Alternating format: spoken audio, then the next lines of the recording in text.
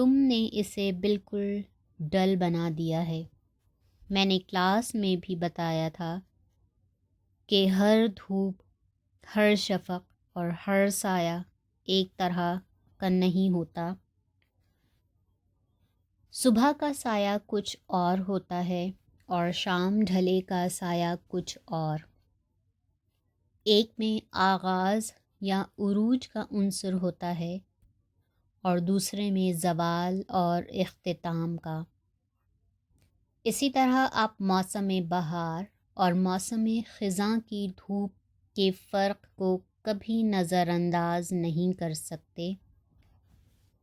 ایک دھوپ زندگی آمیز ہوتی ہے اور دوسری دم فراق کی یاسیت کا پتہ دیتی ہے۔ تم تو شاعر ہو، اس فرق کو خوب سمجھ سکتے ہو۔ تھینک یو مس، میں انشاءاللہ آئندہ خیال رکھوں گا۔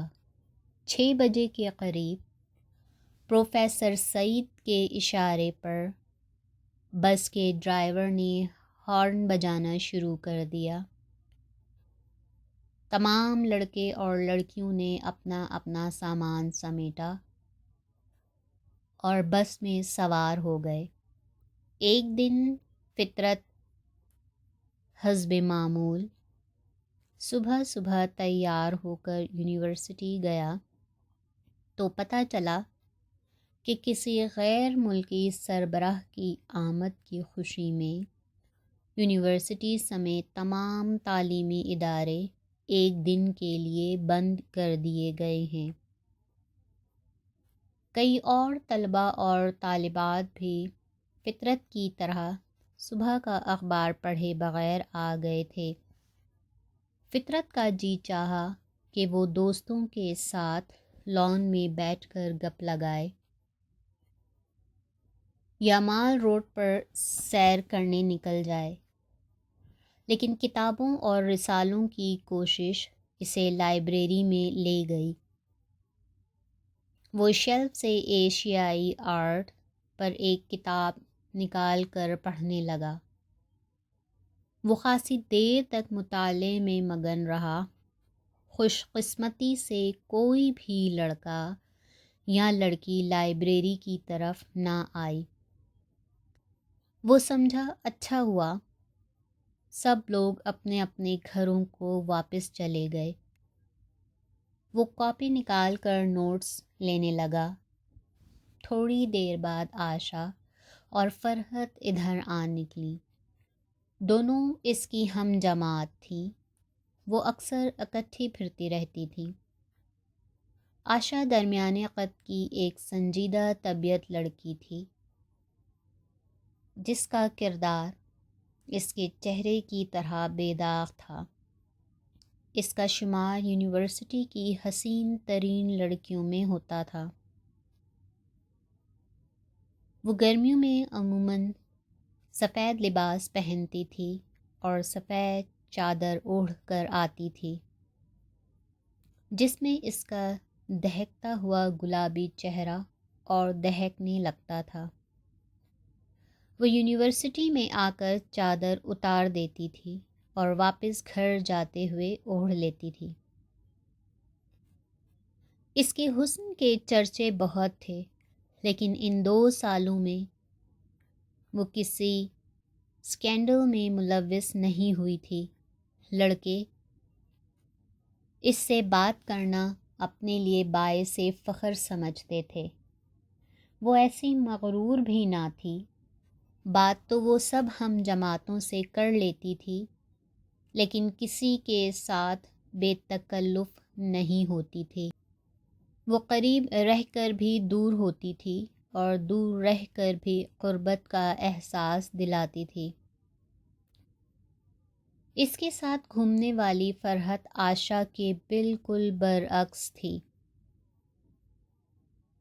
چھوٹا سا قد، محاسوں اور چھائیوں سے بھرا ہوا چہرہ۔ وہ کپڑے بھی رنگدار پہنتی تھی اور وہ بھی ایسی جن سے اس کے فائن آرٹس کے طلبہ ہونے کے بجائے دیہاتی گوارن ہونے کا پتہ چلتا تھا۔ یونیورسٹی کے طلباء و طالبات اس بے ہنگم جوڑی کو دیکھ کر اکثر تعجب کیا کرتے تھے۔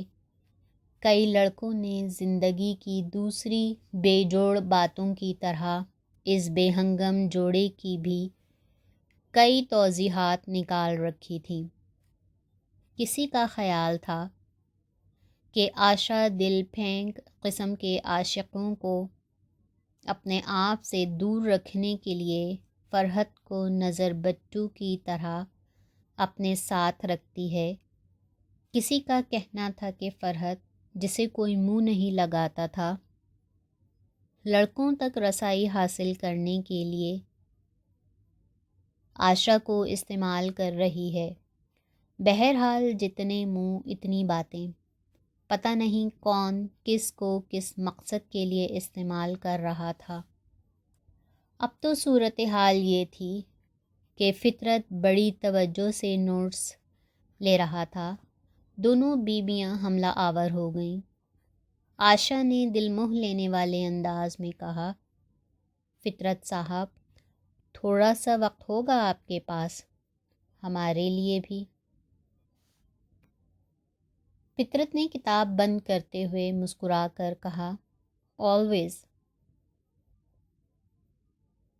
پھر لمحے بھر کے توقف کے بعد خود ہی کہنے لگا، لیکن آپ کو یہ کیسے احساس ہوا کہ میرے پاس وقت نہیں ہے آپ کے لیے؟ فرحت نے لقمہ دیا، جب دیکھو زوبی آپ کو ساتھ لیے پھرتی ہے، کبھی راوی کے کنارے، کبھی شالیمار، کبھی باغ جناح۔ ہماری طرف تو آپ توجہ ہی نہیں دیتے۔ یہیں بیٹھیں گی یا کیفیٹیریا چلیں؟ فطرت نے فرحت کی بات کو نظر انداز کرتے ہوئے کہا، ہم وہیں سے آ رہی ہیں، چائے پی کر۔ یہیں ٹھیک ہے۔ پھر آشا کے بجائے فرحت نے جواب دیا، اچھا تو کیا حکم ہے میرے لیے؟ یہ کہہ کر فطرت نے اشتیاق بھری نظروں سے آشا کی طرف دیکھا۔ حسب معمول آشا سے پہلے فرحت بولی، دراصل امتحان بہت قریب آ گئے ہیں، ہم آپ سے نوٹس ادھار لینا چاہتے ہیں۔ کس پرچے کے؟ بتاؤ نا۔ آشا تم بھی بولو نا۔ ادھر تو کہہ رہی تھیں کہ فطرت علیحدہ مل جائیں تو یہ کہہ دوں وہ کہہ دوں۔ فرحت نے کہا، ہٹ باتونی کہیں کی۔ آشا نے فرحت کو دھتکار دیا اور فطرت سے بڑے میٹھے انداز میں بولی، مجھے 2 پرچوں میں کمی محسوس ہو رہی ہے۔ جی فرمائیے۔ ایک ایشیائی آرٹ کے بارے میں اور دوسرے پوسٹ امپریشنسٹ پیریڈ کے متعلق۔ آپ فکر نہ کیجیے، جو کچھ میرے پاس ہے حاضر ہے، میں کل لیتا آؤں گا۔ ہم 1 ہفتے میں کاپی کر کے نوٹس لوٹا دیں گے۔ فرحت نے خواہ مخواہ خوشگوار گفتگو کو بھونڈے طریقے سے ختم کر دیا۔ وہ دونوں چلی گئیں۔ فطرت لائبریری بند ہونے تک وہیں بیٹھا رہا۔ پچھلے پہر وہ ہاسٹل میں غسل خانے سے نہا کر واپس آ رہا تھا۔ تولیہ اس کے کندھوں پر تھا اور صابن دانی ہاتھ میں۔ کیلون میں بیٹھے ہوئے محمود، نصرت اور عارف نے زور سے کہا، شہزادے، جب سے لڑکیوں کے چکر میں پڑے ہو اپنے دوستوں کو بھول ہی گئے ہو۔ فطرت برا منانے کے بجائے مسکراتا ہوا ان کے پاس آ گیا، تولیہ اور صابن دانی بینچ پر رکھی اور خود ان کے ساتھ گھاس پر بیٹھ گیا۔ ہاں اب کرو بات، کیا فرما رہے تھے آپ، یعنی عارف صاحب؟ میں یہ کہہ رہا تھا عزیزم فطرت کہ وہ کیا بھلے دن تھے جب تم فیصل آباد میں گھاس پھوس چر کر نئے لاہور آئے تھے۔ تمہیں کوئی نہیں جانتا تھا، تم اتنے بڑے فلاسفر اور آرٹسٹ بھی نہیں تھے. ہم جیسے سادہ لوگوں میں بیٹھتے تھے، گپ لگاتے تھے. اب تو خواب ہو گئے وہ دن. نہیں یار. نہیں یار کا کیا مطلب؟ پہلے تم نے ٹیوشن کے بہانے اس کار والی کے ساتھ باہر جانا شروع کیا، پھر زیبا اور طلعت کے چکر میں رہے. اب سنا ہے آشا کے چکر میں ہو. لیکن وہ نظر بٹو جسے فرحت کہتے ہیں آشا کو اکیلا نہیں چھوڑے گی. بھائی کیا باتیں کر رہے ہو؟ نصرت نے کہا. یار ہم بھی اسی یونیورسٹی میں پڑھتے ہیں. تمہارے ڈپارٹمنٹ سے 2 گز کے فاصلے پر ہمارا ڈپارٹمنٹ ہے. ایسی باتیں تو میلوں میں پھیل جاتی ہیں، ہم تک نہیں پہنچیں گی. یہ کیسے ہو سکتا ہے؟ ایم اے تو تم کر ہی لوگے. سچ سچ بتاؤ، شادی کے لیے کون سا دانہ چنا ہے؟ یار ایک سے بڑھ کر ایک ہے فائن آرٹس ڈپارٹمنٹ میں. مجھے پہلے پتہ ہوتا تو ہم بھی اکنامکس کے بجائے فائن آرٹس میں داخلہ لے لیتے. فطرت چپ رہا. محمود نے کہا. کیوں فطری، برا مان گئے؟ بھائی شادی کا معاملہ اتنا ہی راز کا معاملہ ہے تو ہم زور نہیں دیں گے. ویسے یونیورسٹی ساری جانتی ہے. کیا جانتی ہے؟ یہ کہ اگر تمہاری نظر حسن پر ہے تو آشا یا زیبا کو ترجیح دو گے، اور اگر دولت پر ہاتھ مارنے کا ارادہ ہے تو زوبی تمہارا چوائس ہوگی. بولو غلط ہے کیا؟ سراسر غلط. تو صحیح کیا ہے؟ صحیح بتا دیا تو تم یقین نہیں کرو گے. سب نے ایک دوسرے کی طرف دیکھا اور تقریباً ایک زبان ہو کر کہا. اگر تم سنجیدگی سے اصلی بات یعنی وچلی گل بتا دو تو ہم یقین کر لیں گے. اصلی بات یا وچلی گل یہ ہے کہ میری نظر حسن پر ہے نہ دولت پر. سچ پوچھو تو مجھے بہت ہی حسین اور بہت ہی امیر لڑکیوں سے خوف آتا ہے. ان سے ڈر لگتا ہے. فطرت کی سنجیدگی کو توڑتے ہوئے محمود نے کہا. اچھا تو فرحت کو پک اپ کر لو. نہ حسین ہے نہ دولت مند. سب نے مل کر قہقہہ لگایا اور بات ہنسی مذاق میں اڑ گئی.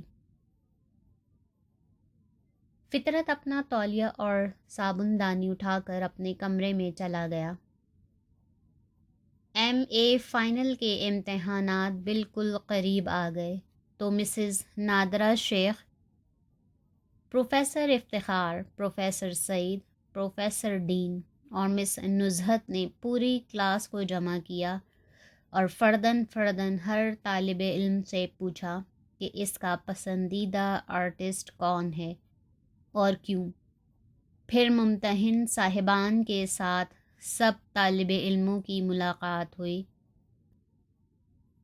تاکہ امتحان کے لیے تصویر کے موضوع کا انتخاب کیا جا سکے. منتخب شدہ موضوع پر ابتدائی طور پر ہر طالب علم نے 3 اسکیچ بنانے تھے. پہلے پسندیدہ آرٹسٹ کی بحث شروع ہوئی. مقبول نے کہا چغتائی. مسز شیخ نے پوچھا کیوں؟ اس لیے کہ وہ ہاں کہو. پروفیسر سعید نے اس کی ہمت بندھائی. وہ بڑی خوبصورت عورتیں بناتا ہے. نوکیلی پلکیں، تیکھے نقوش، نازک مگر صحت مند جسم. سننے والے زیر لب مسکرا دیے. منیر سے یہی سوال پوچھا گیا تو اس نے کہا اللہ بخش. کیوں؟ پروفیسر افتخار نے پوچھا. شاید اس کی ایک وجہ یہ ہو کہ وہ یہی زندگی کی عکاسی کرتا ہے اور میرا بچپن بھی دیہات میں گزرا ہے. لیکن اس کی اصل خوبی یہ ہے کہ وہ دیہاتی منظر پینٹ کرتے وقت اصل سے بے وفائی نہیں کرتا، لیکن اسے کینوس کرتے ہوئے بڑی مہارت کے ساتھ گاؤں کی ساری غلاظت، گوبر اور کیچڑ حذف کر دیتا ہے۔ یہی وجہ ہے کہ اس کی تصویر میں گاؤں کا اصلی منظر اصل سے زیادہ حسین لگتا ہے۔ گڈ، ہاں فطرت، آپ کا پسندیدہ آرٹسٹ؟ سر، میرا پسندیدہ آرٹسٹ وان گاف ہے، اس لیے نہیں کہ وہ یورپی ہے اور مجھے کسی قسم کا کمپلیکس ہے، بلکہ اس لیے یہی نکتہ تو ہم جاننا چاہتے ہیں، مسٹر ڈین نے کہا۔ وان گوف کو پسند کرنے کی 3 وجوہات ہیں۔ ایک یہ کہ جب وہ پوری احتیاط کے ساتھ ایک لوکیشن کا انتخاب کرتا ہے تو اسے کینوس پر منتقل کرتے وقت اسے ایڈٹ کرتا ہے، یعنی اس کی غیر ضروری تفصیلات حذف کر دیتا ہے اور اس کے اصل خد و خال واضح کر دیتا ہے۔ دوسری وجہ یہ ہے کہ وہ محض ریپریزنٹیشنل آرٹسٹ نہیں ہے، وہ جدید آرٹ کا بانی ہے، ریئلزم، حقیقت پسندی کو مکمل طور پر ترک کیے بغیر ایکسپریشنزم کی داغ بیل ڈالتا ہے۔ اور تیسری وجہ یہ ہے کہ وہ بھی میری طرح جذباتی ہے اور تیز تیز جذبات کے اظہار میں تیز تیز برش چلاتا ہے۔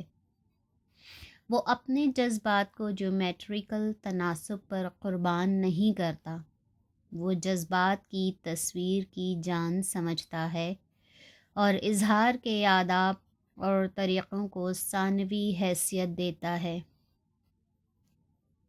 یوں باری باری تمام طلباء اور طالبات سے ان کے پسندیدہ فنکاروں کے متعلق رائے معلوم کی گئی۔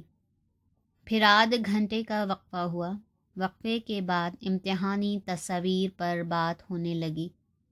منیر نے کہا، میں دیہاتی آدمی ہوں، اپنے دیہات کا منظر پینٹ کروں گا، غروب آفتاب کا منظر، جب ہلکی ہلکی تاریکی آہستہ آہستہ گاؤں پر اترنے لگتی ہے۔ مویشی اپنے اپنے کھونٹے پر چارہ کھا رہے ہوتے ہیں، مرغیاں دانہ دنکا چگ کر واپس اپنے ڈربوں میں آ رہی ہوتی ہیں اور چولہوں سے سیال سلیٹی رنگ کا دھواں آسمان کی طرف اٹھنے لگتا ہے۔ مجھے یہ سین بہت پسند ہے اور اجازت ہو تو میں اس کو پینٹ کرنا چاہوں گا۔ ممتحنوں نے موضوع کو پسند کیا، البتہ یہ تاکید کر دی کہ اللہ بخش کی نقل کرنے کی کوشش نہ کرنا۔ زوبی سے پوچھا گیا تو اس نے کہا، میں ایک آئیڈیل بنگلہ پینٹ کرنا چاہتی ہوں